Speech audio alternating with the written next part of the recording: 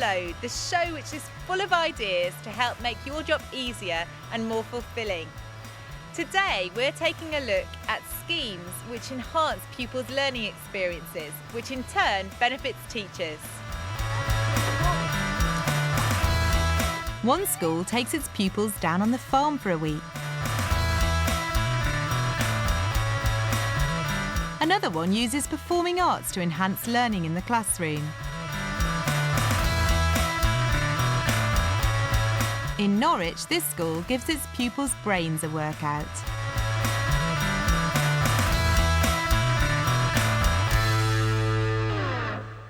Chapel Street Primary in Manchester took 30 of its pupils to a working farm in Gloucestershire for a few days. The children get involved in all aspects of farm life, while the teachers get to engage with the pupils on a completely different level. For the teachers, it's a scheme that can be best described as a change is as good as a rest. We all know that going on a residential trip can be hard work and really tiring, but we're here today at Whitcourt Farm, which is a farm for city children, and we're going to see how it benefits both teachers and children to have a week away from the classroom.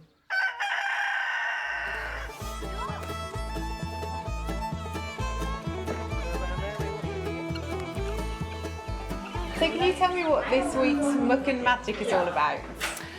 It's about the staff having an opportunity to bring the children away to a fantastic environment and having a great time. It's just to give children a chance who live in a city environment to come and live somewhere completely different.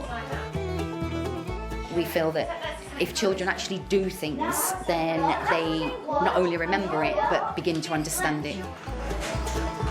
They're involved in doing, they're being told things, but they're also actually physically experiencing, so they're practicing, and it's going in up here.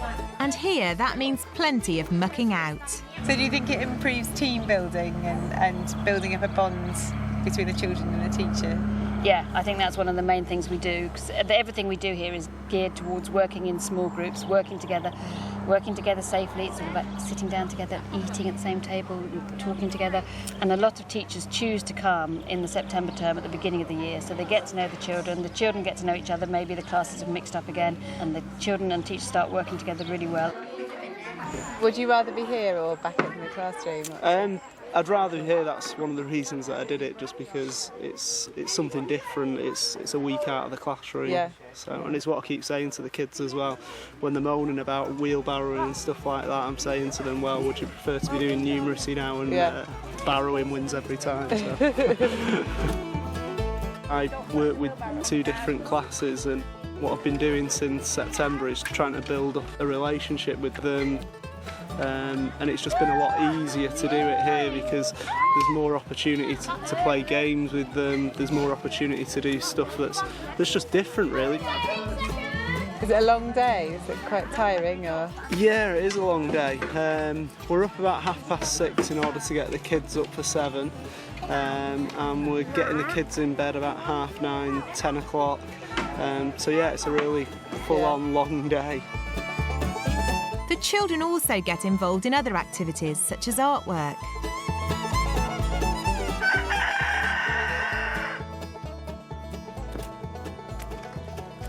Take your hands off the tap, sweetheart.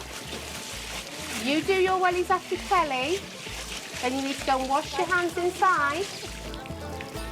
Health and safety is our main focus. We start the week by explaining safe practices to the children, and we monitor them and keep on top of it throughout the week. Just feeding cows, and we've been doing gardening as well. And feeding some pigs. And pigs are the greedy.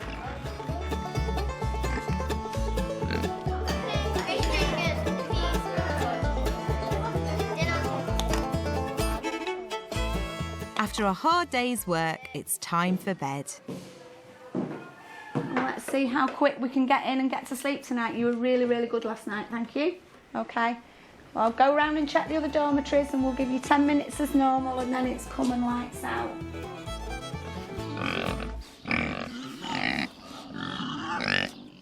Standing up in front of a class is a bit like acting. We teachers have to put on a performance. But Chesham Park Community School in Chesham has turned the tables and gets the pupils to do the performing.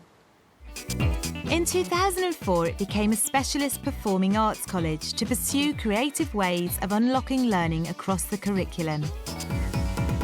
Across a whole scheme of work, the aim is to ensure that performing arts has its place, and that's our policy, that's our strategy, and the staff have embraced that with tremendous enthusiasm.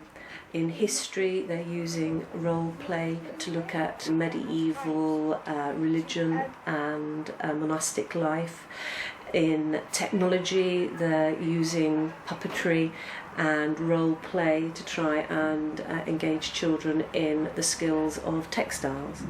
In maths, they're using rhythm and music to develop conceptual understanding in mathematics. And for history, that meant just adapting slightly some of the lessons we already do, because we've always done a lot of performing arts work, we've done a lot of drama, a lot of music, just because it lends itself to history, really.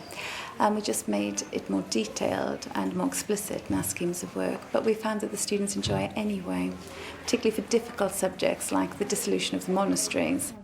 If students are more motivated, it's more enjoyable because they have the main focus, they have complete control of their own work, it's all ownership, and the learning outcomes are just as good, if not better, than they had been if they were just simply reading from a textbook. So for me it's more enjoyable. Like anything, once a lesson is set up, it can be used again and again, they enjoy it, we adapt it. There's no great need for resources, they bring things in from home, the drama department, you only need things like a brown sheet, it's the whole more relaxed attitude that they can do it. It's not all book work. It's easier and you learn more because you're more concentrated. Because if you keep reading off a book, then you get a tiny bit bored. When you're role playing and you listen and stuff, so you learn more when you role play. The staff at Chesham Park here are very enthusiastic about using the performing arts, and developing a more creative curriculum does help with the teaching and learning.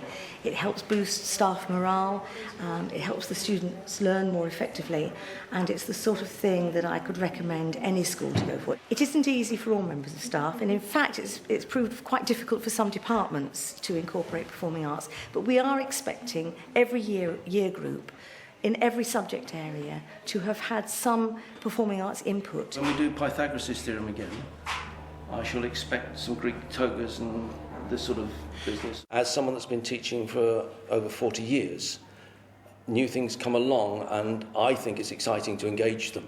When it was suggested initially that we were going to involve all subjects in performing arts, I think there were several staff who were a bit reticent about how they were going to cope, how they were going to be involved and so on. And in the maths department there were several people who felt that it was going to be difficult to do this. So we decided that what we would do is do it gradually. It's given me a new lease of life as a teacher because I'm looking at things with fresh eyes. I'm able to engage with other members of staff in the performing arts areas because I can get advice from them about how to do this and what would be a valuable way of talking through a particular subject or topic that we're dealing with. I feel the staff are getting far more confident now in using music, dance and drama in their lessons, and the children, the teaching and the learning has improved. Tugswell Community First School gets its pupils moving too. They have a lunchtime club called the Brain Gym, where pupils get to practice a technique which helps the brain and the body work together more effectively. Great for improving concentration and memory.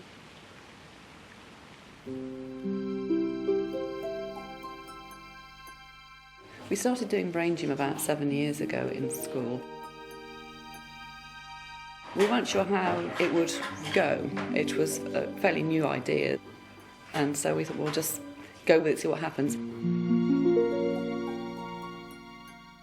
Started working with individual children targeted for specific reasons, those who are having difficulties with their learning, and it worked very well, so we decided later on to target whole year groups in one go.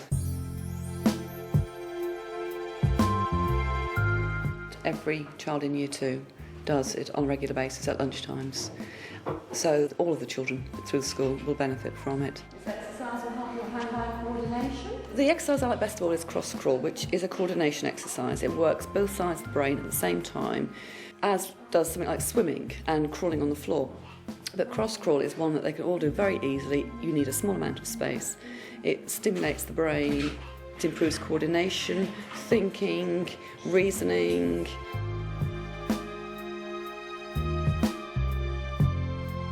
One of the powerful things about brain exercises is that they do help children to actually use both sides of the brain at once. For example, if you're using, say, your left side of the brain, then it's your right side of the body that's working, and vice versa.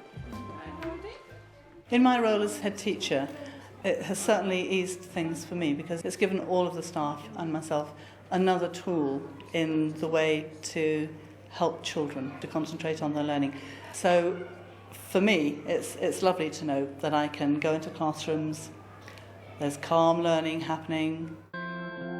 I work with 2 children in particular from the reception class, and I do exercise with them sort of on a 1-to-1 or 1-to-2 basis. I do these because their attention and their concentration within class is sometimes poor, and I do find this helps to relax them and brings them out of the learning environment but still keeps them learning and active and energised and focused. My hands are sticky. The girl with cerebral palsy, I tend to do the finger exercises, and it actually gets her physical disabilities forgotten about for some time. With the child with behavioural problems, I find the more motor skill activities are better for him, as although they don't require the same concentration as the fine motor skill activities, they require him to think about his spatial awareness, which for him is a big problem. A bit faster. When I first heard about Brain Gym, I was extremely sceptical, really, and not a little nervous because I am very badly coordinated, and I thought, oh my goodness, is this something that I'm going to be able to do? But actually, the exercises are extremely simple and straightforward. We would do it with them in order to calm children, in order to energise them, and also to give a sort of structure to what they're doing. In terms of my own well-being, I think it eases my stress level. It means I don't have to raise my voice and get cross. It's something that I can just drop into at any time, and I think they can be a very effective tool in terms of classroom management.